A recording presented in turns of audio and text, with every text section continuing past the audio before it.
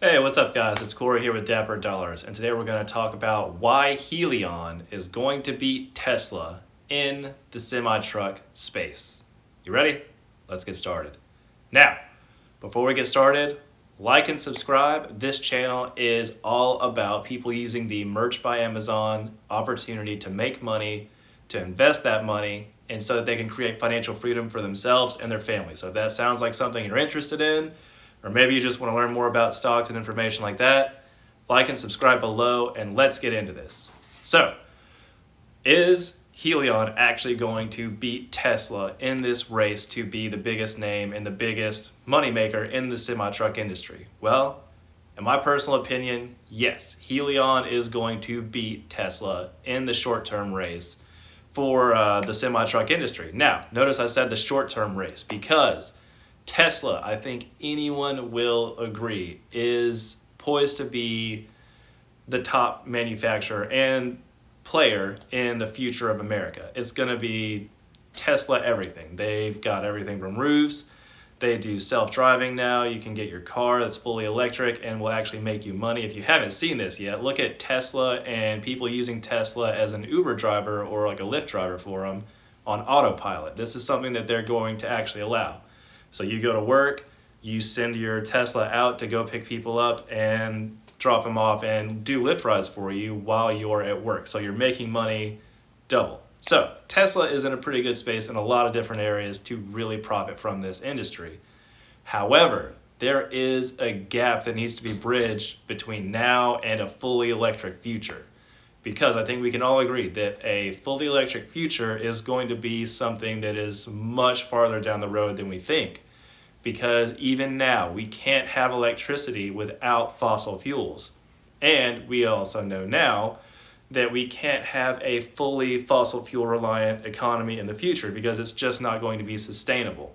So, there has to be something that bridges us from being in fossil fuels mostly now to being fully electric or some sort of sustainable energy in the future. And in the short term, Hyliion is going to dominate Tesla in this industry, specifically in the semi-truck space, because that is what Hyliion focuses on right now.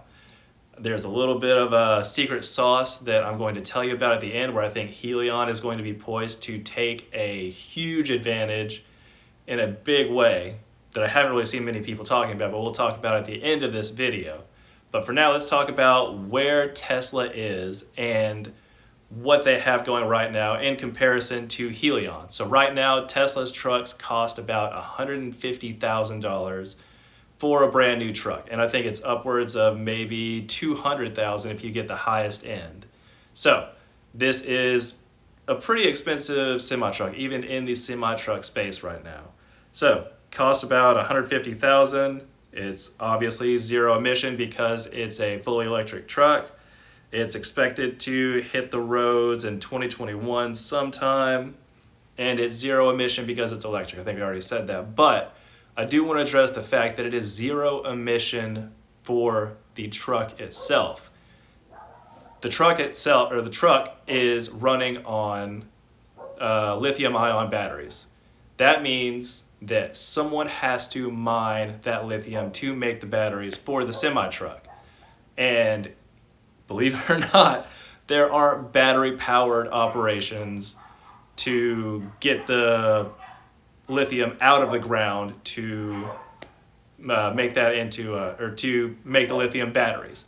So we're still dependent on fossil fuels at some point in this in the equation, because we still have to use fossil fuels to mine the lithium to make the truck. So the truck, yes, the truck itself is technically zero emission, but you're using carbon and fossil fuels to mine the lithium to make the trucks. Just want to make that distinction. It's not a completely carbon neutral or zero emission process to drive a Tesla. You just feel good because you drive a Tesla and you're creating zero emissions. However, there is a lot of emissions created to mine the stuff to create your Tesla. Now, that's a little bit of my personal rant, but that's over now. So, fully electric and has 900 charging stations across the US. This is still Tesla. and it can go about 800 miles that's the top of the line. Some of them can only go 300 miles. Top of the line, I think that one's closer to $200,000, can go about 800 miles. And it takes about 30 minutes for these trucks to fully charge, and that's assuming they're at a supercharger station. Supercharger stations, you might only have them, I don't know, maybe one or two. I know I live in a pretty big town in northwest Louisiana, and we have one supercharging station. That's it. Just one. But anyway, fuel savings are hard to calculate with Tesla because there's a little data on how much of a charge these semi-trucks are actually going to use once they're on the road, because things like the 60 miles per hour maintaining at a 5-degree incline is the most that these trucks can do. So 5% incline really isn't that much. You know, if you've been driving on the highway at all at most roads in America, you know that there are some points where it's a really steep incline. So what does that mean for Tesla's trucks? Does that mean that they're going to slow down to possibly 40 miles an hour? So that's a huge issue to have to take on if you're Tesla, because if they're pulling an 80,000 pound load going up a steep incline, it's going to be a pretty big risk for people behind that Tesla truck. You know, if most of the trucks that drive around the US are on roads that are maybe 70, 75 miles an hour, and you suddenly come up on a truck and you're not expecting it, and you don't have a self-driving car or truck, and you might wind up Tesla might wind up causing accidents just because they're having to go so slow up these inclines. So something to think about also with Tesla's capability as far as being a battery and fully electric vehicle. And 0 to 20 seconds with it, 0 to 60 miles an hour in 20 seconds with an 80,000 pound load. I guess that's useful.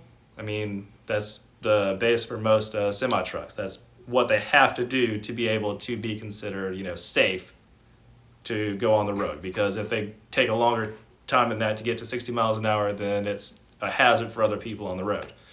So that is Tesla's situation right now. It's pretty good. I mean, it's definitely going to be useful. It's going to be useful for Tesla to be in this situation. It would definitely be usable if this was our only option. However, Hyliion has made themselves known, and they're providing what I consider to be a much more sustainable and reliable option to bridge the gap right now between getting from fossil-based fuels to electric. And so let's look at what Hyliion does. Hyliion, they're expected to deliver in 2021, and most people have them coming to market before Tesla. So that's going to be a huge thing, and the cost of replacing the drivetrain within a truck is going to be significantly less. I haven't been able to find any legit figures on how much it's actually going to cost to have the Hyliion ERX drivetrain installed into a truck, but it's going to be significantly less than buying a whole new $150,000 truck from Tesla.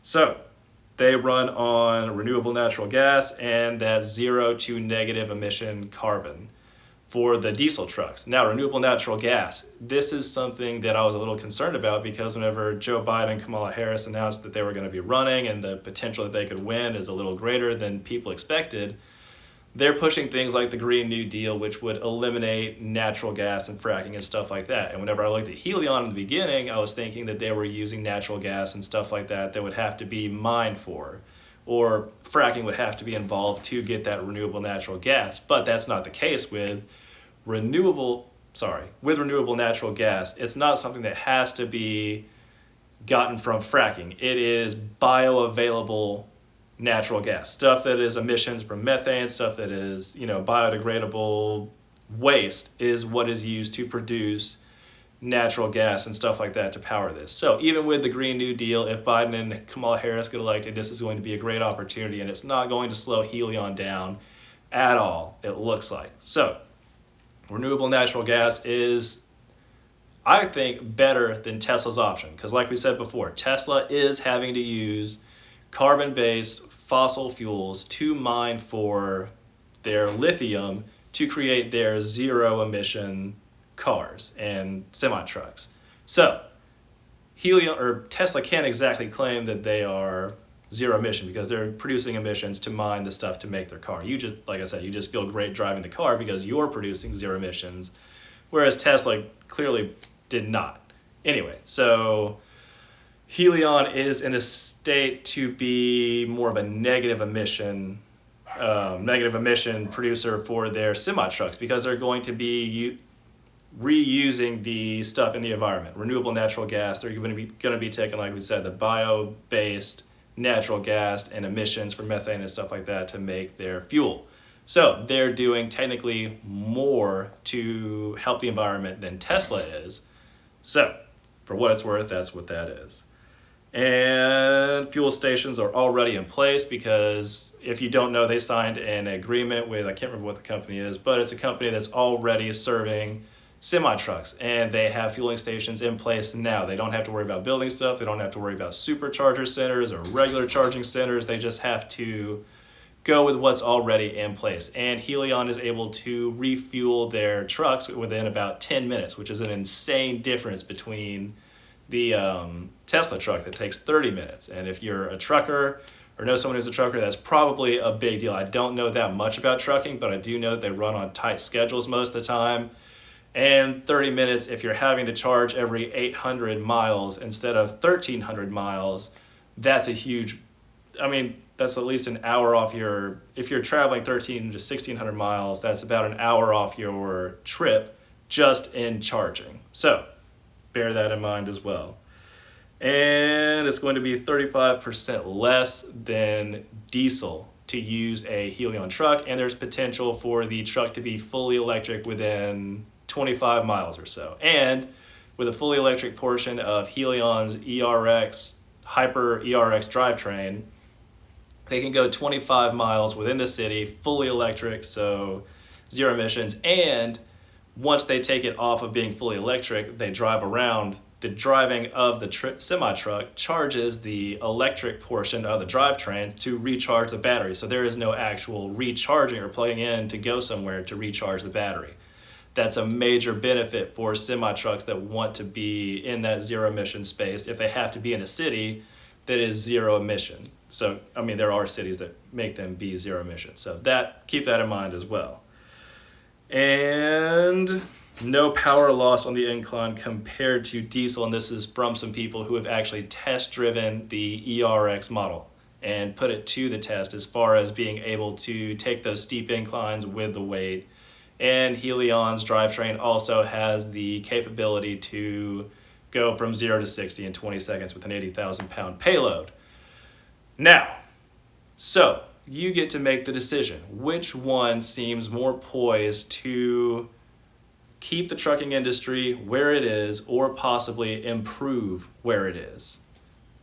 Right now, if you're going to look at what's available to us, Hyliion, in my opinion, is in a much better place to improve what we have already and maintain what we're able to do as far as mileage and as far as power that is needed to keep these trucks moving at a safe speed on the roads with other people around. So Tesla is in a great place probably to take over in the future. They're going to continue to develop these trucks.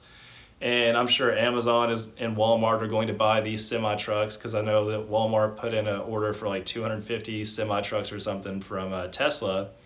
And maybe Amazon did too, but they're probably going to be using those for shorter distance. They're not going to be using these for the cross-country diesel trucks that most companies are using now. Like a diesel truck is more than likely going to go across the country to maintain what they're currently doing right now. But Walmart and Amazon probably have bought the Tesla semi-truck for the shorter trips that aren't going to really be that significant. Now, here is my prediction. This is not based in fact. This is purely speculation, but going off of what already exists that we know about for Hyliion. Hyliion makes drivetrains. I drive an F-150 V8 truck.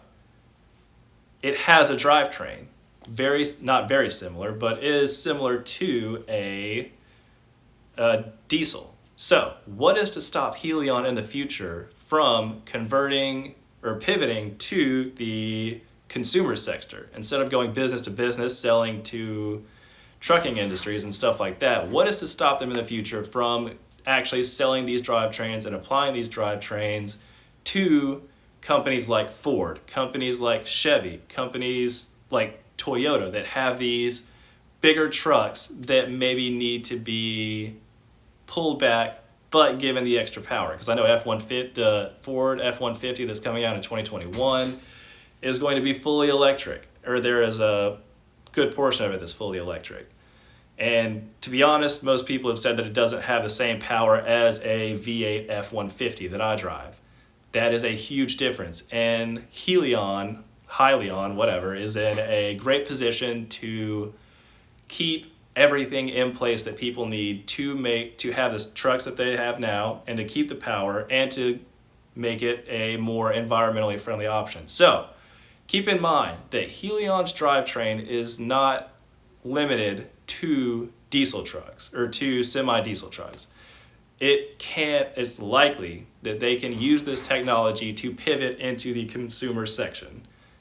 For what it's worth, that's where it is. And I know some people have the argument, this is just backpedaling a little bit, going back to the semi-truck drivetrain for Hyliion.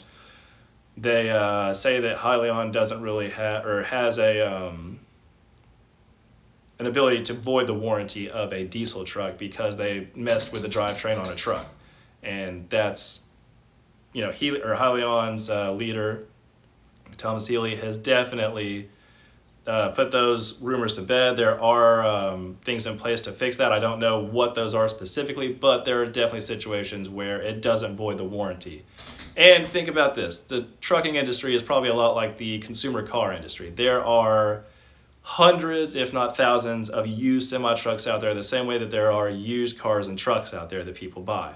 It's hard to believe that every semi-truck out there driving around right now is brand new. So there are going to be people driving semi-trucks that don't have a warranty on them anymore, and they're able to upgrade their drivetrains for far less than they would be able to afford a new Tesla truck. Anyway, for what it's worth, that's where I stand. And that is why I think Hyliion is going to dominate Tesla in the semi-truck space for the near to long-term future. At least to be able to be a bridge to what the eventual future is going to be, which is probably a fully electric Tesla truck. So still probably worth buying Tesla stock to be ready for that in the future, but Hyliion has an insane runway to do a ton of work in this industry. So that's where I'm at. And let me know what you think. Let me know where you stand on Hyliion, if you're invested, if you're not, if you're thinking about it, if you want to go with Tesla instead and just stick with them for the long term. Let me know in the comments below. Love to get together with you and talk with you about that. And this is, again, a great way to invest your merch money. This is where I'm going to be investing my merch money. And I just can't wait to see what happens. So now just have a great day, and remember, someone's going to do something amazing every day, guys. Why not you? See ya.